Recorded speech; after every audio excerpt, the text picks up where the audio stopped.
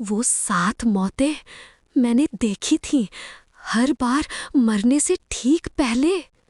क्या आप जानते हैं, मैंने उन्हें बचाने की कोशिश भी नहीं की। हम 7 दोस्त थे, मुंबई की भागदौड़ से दूर एक वीकेंड पर निकले थे। ठिकाना पाटलवाड़ी, महाराष्ट्र का एक सुनसान भूला हुआ गांव। गांव में घुसते ही अजीब सा सन्नाटा छा गया था, जैसे हवा भी रुक गई हो। वहां एक बूढ़ी औरत मिली, उसने हमें रोका। उसके चेहरे पर भयानक डर था। उसने सिर्फ एक शब्द कहा, एकाकी। ये आत्मा अकेलेपन पर पलती है, उसने बताया। जो अकेला होता है, ये उसे खा जाती है। हम सब हंस दिए थे, भूतिया कहानियां कहकर मजाक उड़ाया था। रात होते ही माहौल बदल गया। हम सब एक पुराने गेस्ट हाउस में थे। तभी मुझे पहली बार वो सब दिखा। आरव मेरी तरफ मुड़ा था। उसकी आंखें खाली थीं। अगले ही पल मैंने देखा कि वो जमीन पर पड़ा है, उसका गला कटा हुआ है। ये बस 1 सेकंड का विजन था, मेरी शक्ति, मेरा श्राप। मैंने चीखने की कोशिश की, पर आवाज नहीं निकली। और फिर आरव गायब हो गया, पलक झपकते ही। सब पागल हो गए। कहाँ गया? दरवाजे बंद थे, खिड़कियां सील थीं। मुझे पता था, मैं जानती थी कि वो मर चुका है। हम 6 बचे थे। हमने तय किया, अब कोई अकेला नहीं जाएगा। लेकिन एकाकी को ये मंजूर नहीं था, उसे साथ पसंद नहीं था। आधी रात को डिया को प्यास लगी। उसने कहा, मैं बाहर पानी लेने जा रही हूँ। मैंने उसे रोका, प्लीज डिया, यहीं रहो। और तभी मुझे फिर दिखा, डिया की हंसी अचानक बर्फ बन गई। उसका चेहरा शांत था, लेकिन उसकी सांसें रुक चुकी थीं। पानी! मैंने चिल्लाया, बाहर मत जाओ, वहां पानी है।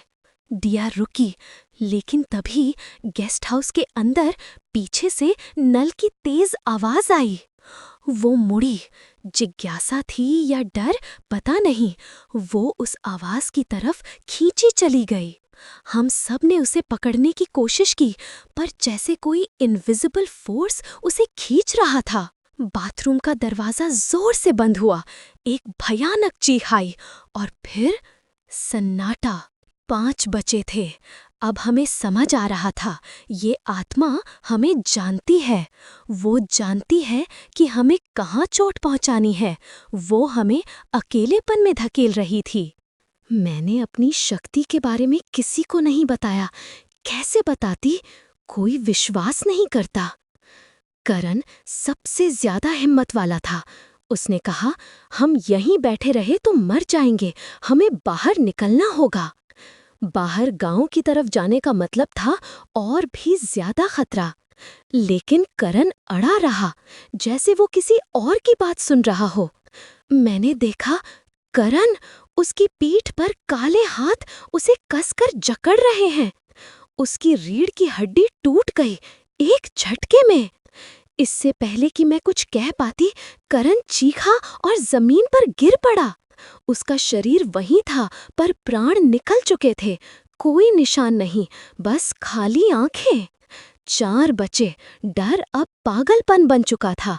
हमें एक दूसरे पर शक होने लगा। प्रिया रो रही थी। उसने मुझे देखा। उसकी आंखों में इल्जाम था, तुम कुछ छुपा रही हो रोशनी।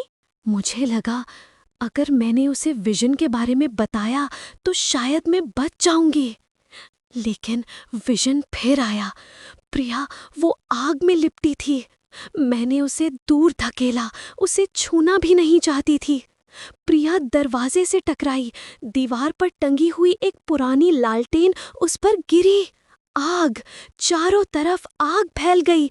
उसकी चीख आज भी मेरे कानों में गूंजती है।